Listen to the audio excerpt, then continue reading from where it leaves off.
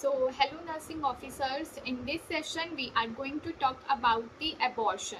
Okay. So, what is abortion? ठीक है, तो abortion is the expulsion or extraction. Okay, so this is the expulsion or extraction from its mother of an embryo. ठीक है, embryo or fetus weighing 500 grams or less when it is not capable of independent survival. Okay, so here according to the WHO, what is the definition? So we are extracting the embryo. देखो, either there is spontaneous abortion or induced abortion है. ठीक है, तो we are extracting the embryo or fetus weighing 500 grams or less when it is not capable of independent survival before 20 weeks of pregnancy. ठीक है, कब हम कर रहे हैं? Before 20 weeks of pregnancy. So spontaneous abortion हो रहा है before 20 weeks of pregnancy. About 70% miscarriages. देखो, miscarriage means the women is not able to carry the pregnancy, है ना, that pregnancy is not carried up to the viability period of viability. So about 75% miscarriages occur before 16th week. ठीक है, तो 16th week से पहले 75% miscarriages हो रहे हैं, and of these 80% occur before 12th week. Okay, so let's talk about the classification. So you can appreciate here there is spontaneous abortion and induced abortion. Okay, so in the spontaneous it is isolated and recurrent abortion. ठीक है, isolated pregnancy loss or recurrent pregnancy loss. And in the induced we have legal, which is MTP, that is medical termination of pregnancy, and illegal, which is unsafe. So these unsafe abortion leads to septic abortion, that can lead to sepsis.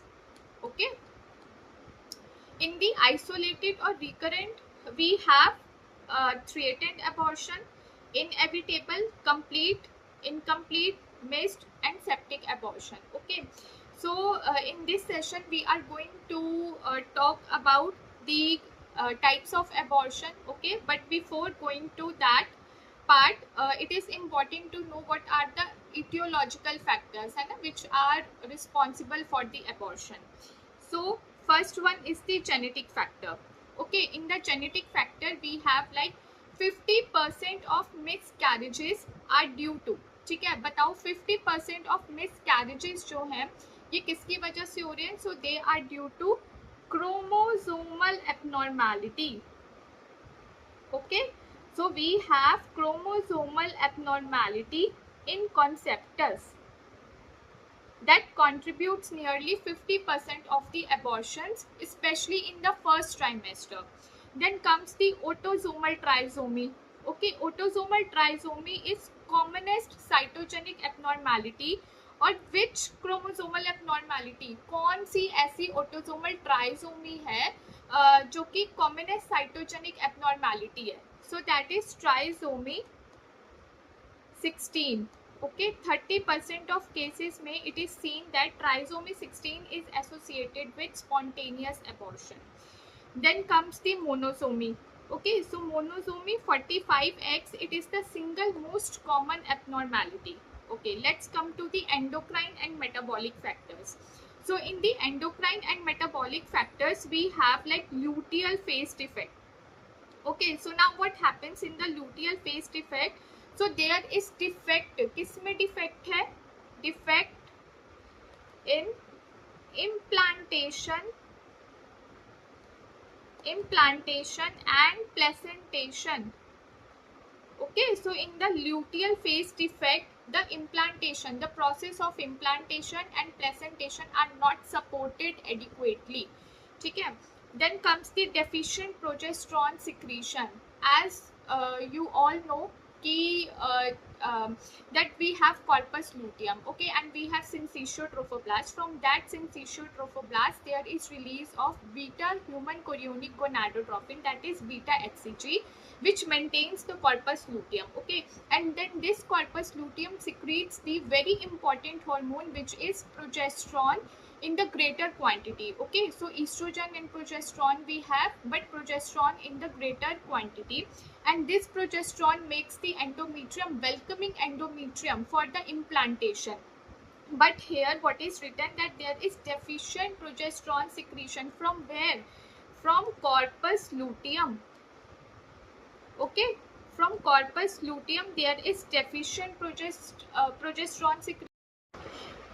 Okay, then comes the thyroid abnormalities. Okay, so in the thyroid abnormalities we have like overt hypothyroidism. Okay, so we have overt hypothyroidism and hyperthyroidism.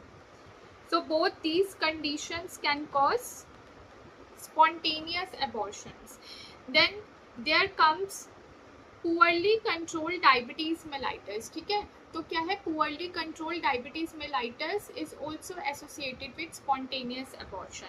Then comes the anatomical abnormalities. ठीक है, तो सबसे पहले हमने क्या पढ़ लिया, अपना genetic abnormalities पढ़ी. ठीक है, then endocrine and metabolic factors पढ़े. So these factors are related to the first trimester abortion specially, whereas the anatomical abnormalities है ना, when there is cervical incompetence, तो when there is congenital malformation of the uterus. So basically cervical insufficiency leads to the second trimester pregnancy losses. Okay, so let's read about the anatomical abnormalities which contributes nearly 3 to 38% of the pregnancy losses. So the first one is the cervicouterine factors. ठीक है, so there are cervicouterine factors related to second trimester abortion.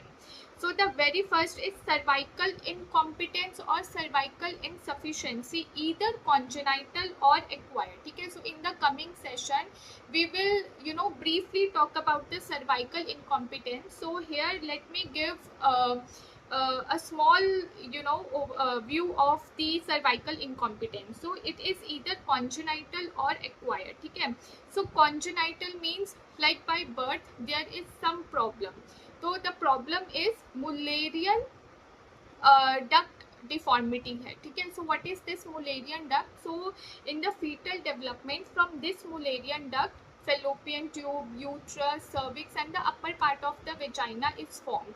So if there is some deformity or defect is there in the Mullerian duct, that then that can lead to anomalies. Okay, and then comes the acquired. Okay, so acquired means like due to some cervical lacerations, cervical trauma, cervical conization, which leads to cervical insufficiency. ठीक है, so no need to worry, पूरा cervical insufficiency हम अपने next session में I'll cover. Okay, then comes the congenital malformation of the uterus. ठीक है, so congenital malformation which includes here देखो uniconnuate uterus आ जाता है when there is only one horn. ठीक है, then comes the biconnuate or septate uterus.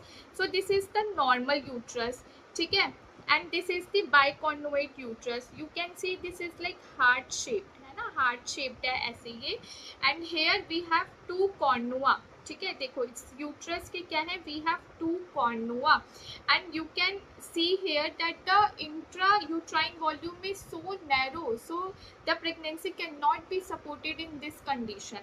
And this is the septate uterus. So here is the septa which is dividing the uterine cavity. Okay, then comes the causes of fetal loss है ना, तो इन जो abnormalities हैं इनमें fetal loss के क्या reasons है. तो the first is जो कि हमने अभी पढ़ा, and you can see here एक this is the normal uterus है ना, you can see that there is enough space for the fetal growth and development है ना, but here you can see that there is a narrow space. So how the fetus could grow or develop in such type of environment. ठीक है, तो reduce intrauterine volume है.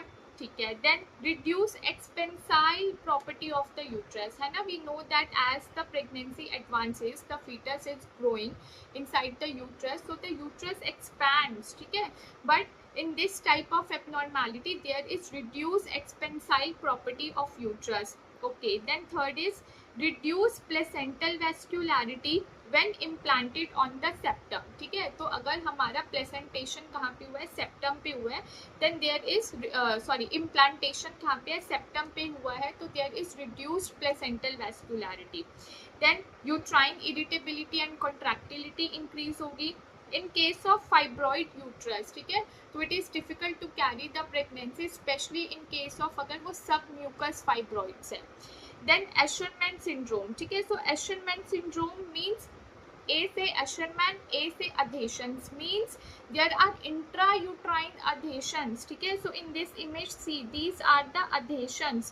So इन adhesions में एक pregnancy तो बिल्कुल carry ही नहीं हो सकती है, ठीक है। There would be defective implantation and placentation.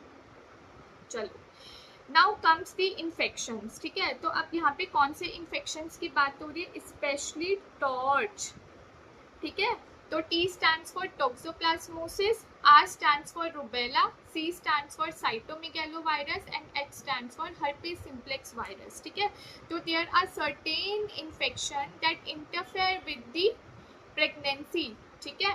Then comes the immunological disorders, देखो immunological disorders की इधर बात करिए, तो we have so many immunological disorders that are related to the pregnancy loss, but one of the very important is which one, it is antiphospholipid antibody syndrome, ठीक है।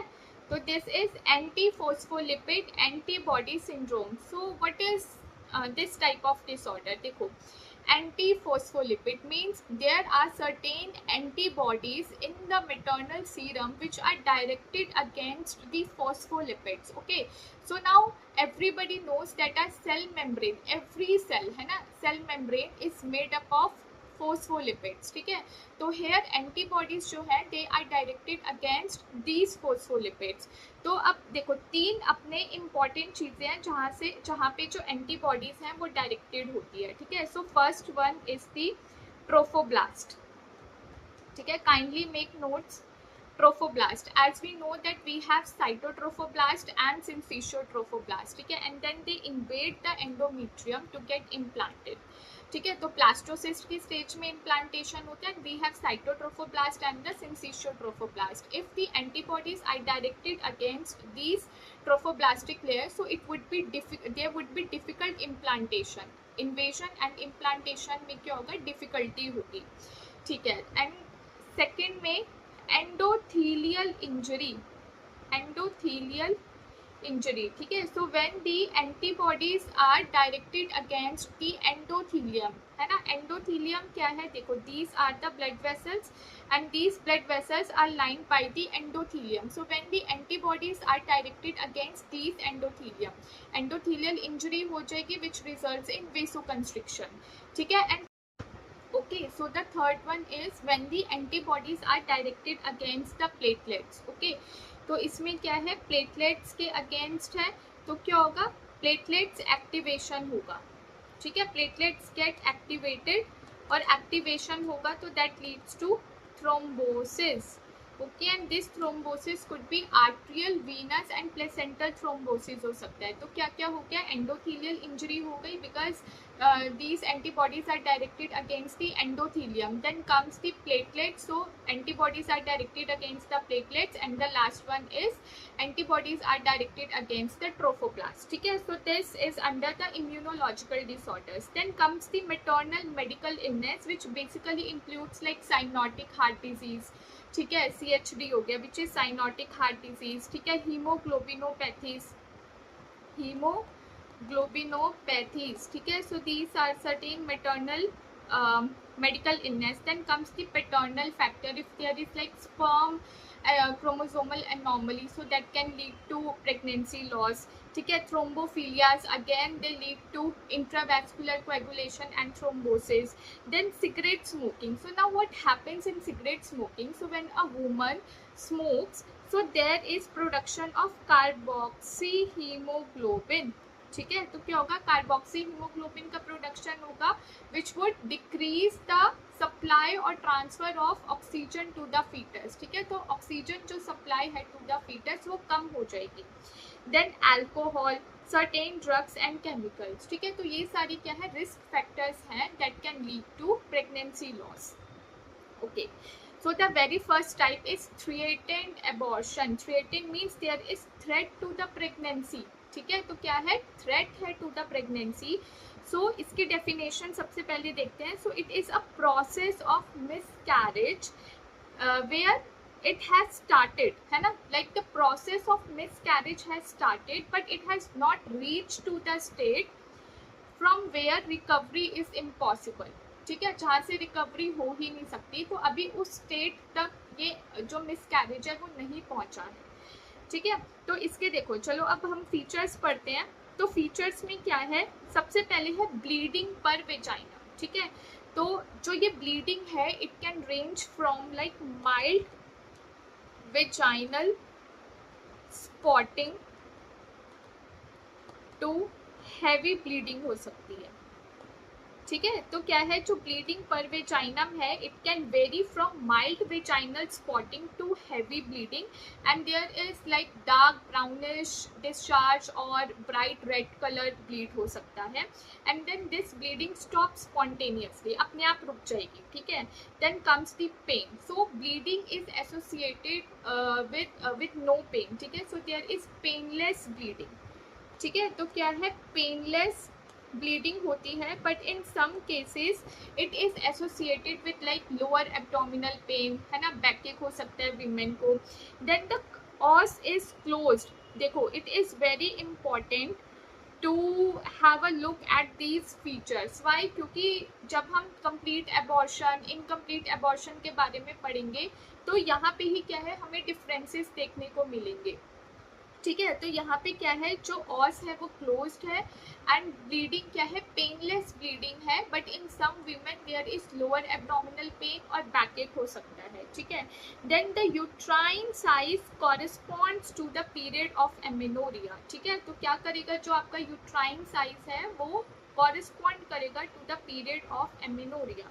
Then uterus and cervix feel soft. Okay, देखो यहाँ पे क्या है, threatened spontaneous abortion की एक image दिखाई गई है. तो वीमेन को क्या हो रहा है, वेजाइनल ब्लीडिंग हो रही है but here the foetus and the membranes क्या है, दे आर इंटैक्ट है, ठीक है. Then comes the aetiology. तो हिमेटोमास फॉर्म हो जाते हैं कहाँ पे, सब कोरियोनिक हिमेटोमा, ठीक है. You can see here that there is mild haemorrhage, ठीक है, हिमेटोमा है.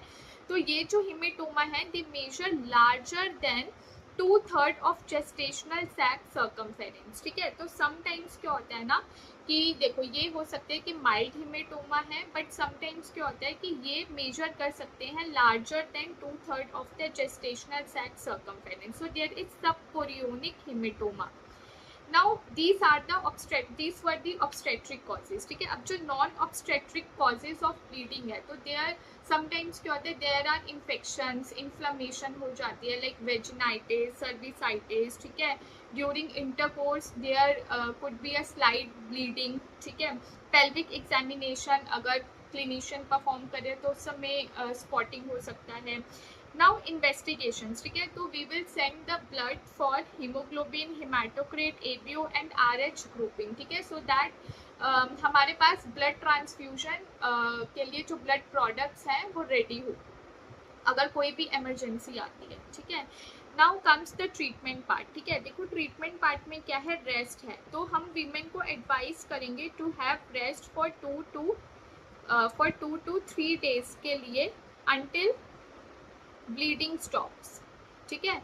तो जब तक क्या है ब्लीडिंग स्टॉप नहीं हो जाती है उसको बोलना है कि बेड रेस्ट करें but it is not recommended कि थ्रू आउट द प्रेगनेंसी उनको बेड रेस्ट ही करना है, ठीक है. नहीं, अभी जब हम एडवाइस पढ़ेंगे at the time of discharge तो उसमें मैं बताऊंगी कि कैसा बेड रेस्ट होता है, ठीक है. Then comes the prevent alloimmunisation, ठीक है. So alloimmunisation everybody knows that there is RH negative woman है, ठीक है, and there is RH positive foetus है उसका. तो अभी क्या है, व्हेन ये जो फीटल ब्लड है ना, there is some mixing of the blood during abortion, during delivery, है ना. तो there is some mixing of the blood. So ये जो हमारे RH नेगेटिव वुमन है वो क्या हो जाती है, एक्सपोज हो जाती है to the RH positive foetal blood and start producing antibodies, है ना, प्रोडक्शन ऑफ एंटीबॉडीज करना स्टार्ट कर देती है, that can lead to future haemolytic disease of the newborn. ठीक है, तो अब इसीलिए हमें एलो इम्यूनाइजेशन को प्रिवेंट करना होता है।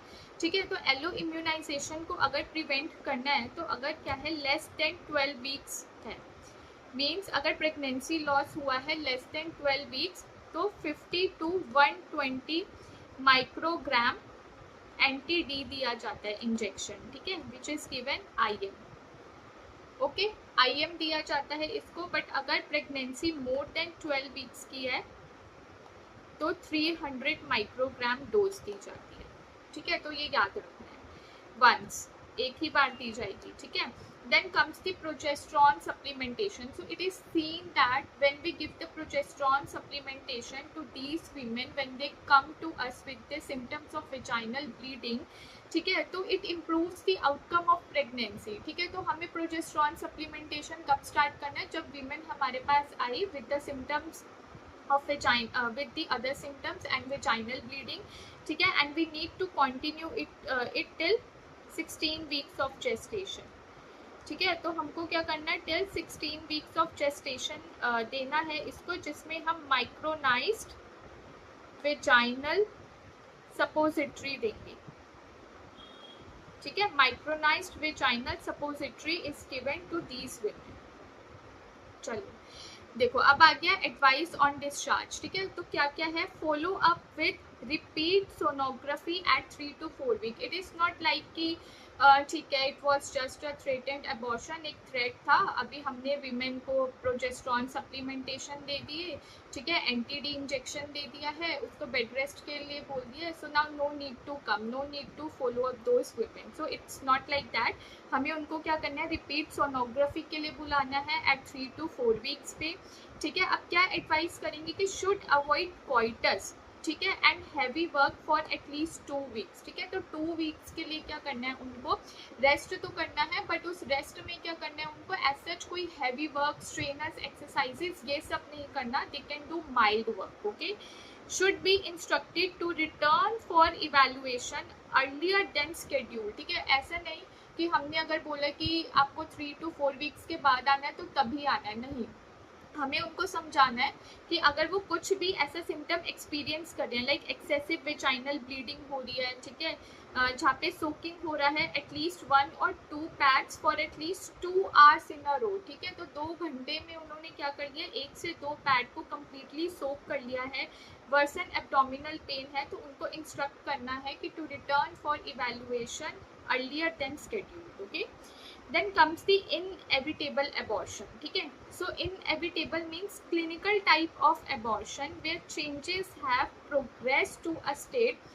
where continuation of pregnancy is impossible now। देखो, threatened में क्या था कि अभी ऐसी स्टेट नहीं आई है जहाँ से हम प्रेगनेंसी को कंटिन्यू नहीं कर सकते। ठीक है, बट यहाँ पे क्या है, एक ऐसी स्टेट आ गई है कि अब हम प्रेगनेंसी को कंटिन्यू नहीं कर सकते। ठीक है, तो यहाँ पे देखो क्या फीचर्स होंगे, इंक्रीज वेजाइनल ब्लीडिंग होगी, वहाँ पे क्या था, माइल्ड स्पॉटिंग था, ठीक है, या फिर ब्राउनिश डिस्चार्ज था, बट यहाँ पे क्या है, इंक्रीज वेजाइनल ब्लीडिंग है, पहला डिफरेंस। ठीक है, second difference is aggravation of pain in lower abdomen which may be colicky in nature। देखो वहाँ पे क्या था, जो ब्लीडिंग थी वो पेनलेस थी, बट समटाइम्स उधर विमेन को लोअर एब्डोमिनल पेन और बैकएक होता है, बट यहाँ पे क्या है, पेन बढ़ता जाता है in lower abdomen which may be colicky हो सकता है इन नेचर में। Then the third difference is internal examination reveals dilated os, very important। देखो okay, so in the threatened abortion हमने क्या पढ़ा था कि जो ऑस है वो क्लोज्ड है, but internal examination in the inevitable abortion reveals dilated os. ठीक है, तो डायलेटेड ऑस है। ट्रीटमेंट में देखो क्या है, अगर हम एक्सपेक्टेंट मैनेजमेंट की बात करें तो let the women expel the foetus by her own. ठीक है, हमें कुछ इंटरवेन नहीं करना, वो एक्सपेक्टेड है, मतलब एक्सपेक्टेड है कि वो विमेन अपने आप एक्सपेल कर देगी। ठीक है, बट नहीं हो पाता तो हम क्या करेंगे, अभी कुछ तो हमें इंटरवेंशन लेना पड़ेगा। तो first comes the medical management. तो मेडिकल मैनेजमेंट में most common drug which is used is मीजोप्रोस्टोल। ठीक है, तो कौन सी ड्रग हम यूज करें, मीजोप्रोस्टोल। ठीक है, सर्जिकल मैनेजमेंट में क्या है, dilatation and evacuation, which means that we will do the dilatation of the cervix and evacuate the product of conception. Okay, चलो then comes the incomplete abortion. ठीक है, अब इनकम्प्लीट नाम से ही पता चल रहा है जहाँ पे कुछ प्रोडक्ट जो है कंसेप्शन के they are still inside the uterus, है ना. So when entire products of conception are not expelled, ठीक है, तो एक्सपेल्ड नहीं हुए हैं क्या entire product, instead a part of it is left inside uterine cavity. ठीक है, अभी कुछ पार्ट उसका इनसाइड द यूट्राइन कैविटी है. क्लिनिकल फीचर्स क्या है, history of expulsion of fleshy mass per vaginam followed by. देखो ऐसा तो होगा एक फ्लैशी मास निकला है, वो किससे एसोसिएटेड है कि there would be continuation of pain in lower abdomen. ठीक है, बिकॉज अभी भी क्या है, there are products inside the uterus and our uterus is contracting in order to expel them. ठीक है, तो इसलिए क्या होगा, there would be continuation of pain. Second is persistence of vaginal bleeding. ठीक है, वेजाइनल ब्लीडिंग परसिस्ट करेगी. Then third is internal examination reveals कि जो यूट्रस है it is smaller than period of amenorrhoea. देखो कुछ पार्ट्स तो निकल गए हैं, कुछ पार्ट्स अभी भी रह रहे हैं, तो यहाँ पे क्या होगा कि जो यूट्रस है वो smaller than period of amenorrhoea हो जाएगा.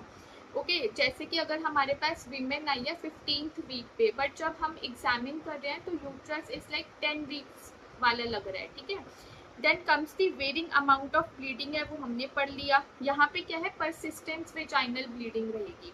पैक्यूलर सर्वाइकल ऑस मतलब वाइडेंट हो गई है, that we can admit the tip of finger, means dilated os है अपनी. ठीक है, expelled mass is found incomplete. अब हम अप्रोच कैसे करेंगे, देखो हमें क्या करना, वॉचफुल मॉनिटरिंग रखनी है पेशेंट्स पे, अलाउइंग नेचुरल प्रोसेस. ठीक है, कि जो वीमेन है वो अपने आप जो भी रिटेन प्रोडक्ट है उसको एक्सपेल कर दे. If patient remain stable within 1 week, up to 53% of patients having complete expulsion. ठीक है, तो अगर वीमेन हीमोडायनामिकली स्टेबल है तो हम ये एक्सपेक्टेड ट्रीटमेंट है कि वो क्या करेगी, विद इन 1 वीक में प्रोडक्ट ऑफ कंसेप्शन को एक्सपेल कर देगी. अब आता है मेडिकल मैनेजमेंट. तो देखो अकॉर्डिंग टू WHO क्या है, WHO प्रेफर्स मीजोप्रोस्टोल रेजिमेन. ठीक है, सबसे इम्पॉर्टेंट क्या है, मीजोप्रोस्टोल रेजिमेन को प्रेफर करती है. कितनी डोज है उसकी, 400 माइक्रोग्राम सबलिंगुअली वंस और 600 microgram orally once before 14 weeks of gestation. तो यहाँ पे हम दो चीज़ें पढ़ेंगे कि एक है मोर देन 14 वीक्स ऑफ जेस्टेशन और एक है लेस देन 14 वीक्स ऑफ, मतलब 14 वीक्स और less than 14 weeks of gestation. ठीक है, तो if women is less than 14 weeks of gestation तो WHO के अकॉर्डिंग क्या है, मीजोप्रोस्टोल रेजिमेन है. कितना दे रहे हैं, अलग अलग डोसेज है रूट के according. If we are giving sublingually तो हमें 400 माइक्रोग्राम देना है, अगर हम ओरली दे रहे हैं तो कितना देना है, 600 माइक्रोग्राम्स देना है. अगर 14 वीक्स और more than 14 weeks of gestation है then use of repeat doses of 400 microgram misoprostol administered sublingually, vaginally और बकली एवरी 3 आवर. ठीक है, अगर 14 वीक से ज़्यादा है और हमने सिंगल डोज से एक्सपेल नहीं हुआ, एक्सपल्शन नहीं हुआ है प्रोडक्ट ऑफ कंसेप्शन का, then we can repeat the dose every 3 hourly. ठीक है, और इसमें डोज क्या है, 400 माइक्रोग्राम देना है. सबलिंगुअली दे सकते हैं, बकली दे सकते हैं, वेजाइनली दे सकते हैं. ओके, और सर्जिकल में क्या करेंगे, वैक्यूम एस्पिरेशन करेंगे. ठीक है, चलो अब क्या है, कंप्लीट एबॉर्शन. ठीक है, तो when the product of conception are expelled completely, incomplete में क्या हुआ था, स्टिल द प्रोडक्ट जो है they are retained inside the uterus, but here there is complete evacuation of the uterine cavity. Now clinical features क्या है, same की history होगा expulsion of fleshy mass, but when we will examine that mass there will be complete expulsion, है ना. But incomplete में क्या था कि still some products are retain. इधर क्या होगा, subsidence of abdominal pain, abdominal pain subside हो जाएगा क्योंकि सारा प्रोडक्ट निकल चुका है. ठीक है, वेजाइनल ब्लीडिंग बिकम्स ट्रेस और एब्सेंट. ठीक है, यहाँ पे एब्सेंट हो जाएगी, वहाँ पे क्या है, still there is persistence of vaginal bleeding in incomplete abortion. Then internal examination reveals कि that uterus is smaller than period of amenorrhea, right? cervical वो सब closed हो गई है, ठीक है. bleeding क्या है, trace है. examination of expelled fleshy mass found complete, ठीक है, तो वो complete होगा. and TVS which is transvaginal sonography, it reveals empty uterine cavity. चलो एक क्वेश्चन है, सारे आंसर बताएंगे इसका. A 24-year-old प्राइमी ग्रेविडा, ठीक है, at 15 weeks comes with complaint of pain in lower abdomen, ठीक है, 15 weeks पे आई है और उसको कहाँ पे पेन है, lower abdomen में. for past couple of hours she has vaginal spotting. on physical examination the uterus is 10 weeks. देखो 15 weeks पे आई है वो, अगर हम उसके एमेनोरिया के अकॉर्डिंग कैलकुलेट करें, बट जो यूट्रस है वो क्या है, 10 weeks, which means that the uterus is smaller than period of amenorrhea and os is closed, ठीक है. on USG there is no cardiac activity in fetus, कोई cardiac activity नहीं है. तो क्या डायग्नोसिस होगा, threatened abortion, incomplete abortion, inevitable abortion या फिर मिस्ड एबॉर्शन. सारे आंसर बताएंगे इसका. देखो थ्रेटेंड एबॉर्शन तो नहीं हो सकता, क्यों, क्योंकि वहां पे हमने क्या पढ़ा था कि जो यूट्रस है that corresponds to the period of amenorrhoea, जो साइज है यूट्रस का वो क्या करेगा, कॉरेस्पॉन्ड करेगा to the period of amenorrhoea. But यहाँ पे तो कॉरेस्पॉन्ड ही नहीं कर रहा है ना. 15 वीक्स चेस्ट आई है वो और उसका जो यूट्रस है वो 10 वीक्स है, तो थ्रेटेंड एबॉर्शन तो नहीं है, ठीक है. और दूसरा क्या है यहाँ पे कि इनकम्प्लीट एबॉर्शन, ठीक है, इनकम्प्लीट एबॉर्शन भी नहीं है ये, ठीक है. एक है यहाँ पे मिस्ड एबॉर्शन, ठीक है. देखो missed abortion means that we have miss it, है ना. अबॉर्ट मतलब जो बेबी है that there is foetal demise है, फीटस डेथ है inside the uterus and we have missed it, ठीक है. तो वो क्या है, अपना मिस्ड एबॉर्शन है. चलो अब देखते हैं, this is the missed abortion. So when the foetus is dead and retained inside the uterus for a variable period, ठीक है. तो variable period के लिए the fetus is dead and retained है inside the uterus is called missed miscarriage और early fetal demise. Okay देखो अब इसमें क्या हो सकता है, एक है blood mole और एक है fleshy-carneous mole. तो what is the meaning of this blood mole and fleshy-carneous mole? देखो ब्लड मोल क्या है, स्मॉल रिपीटेड हेमरेजेस हुए हैं इन द कोरियोडेसिडुअल स्पेस में. हम यही पढ़ रहे हैं कि वो जो फीटस है वो डेड कैसे हुआ है and how it gets converted into the blood mole और फ्लेशी-कार्नियस मोल, ठीक है.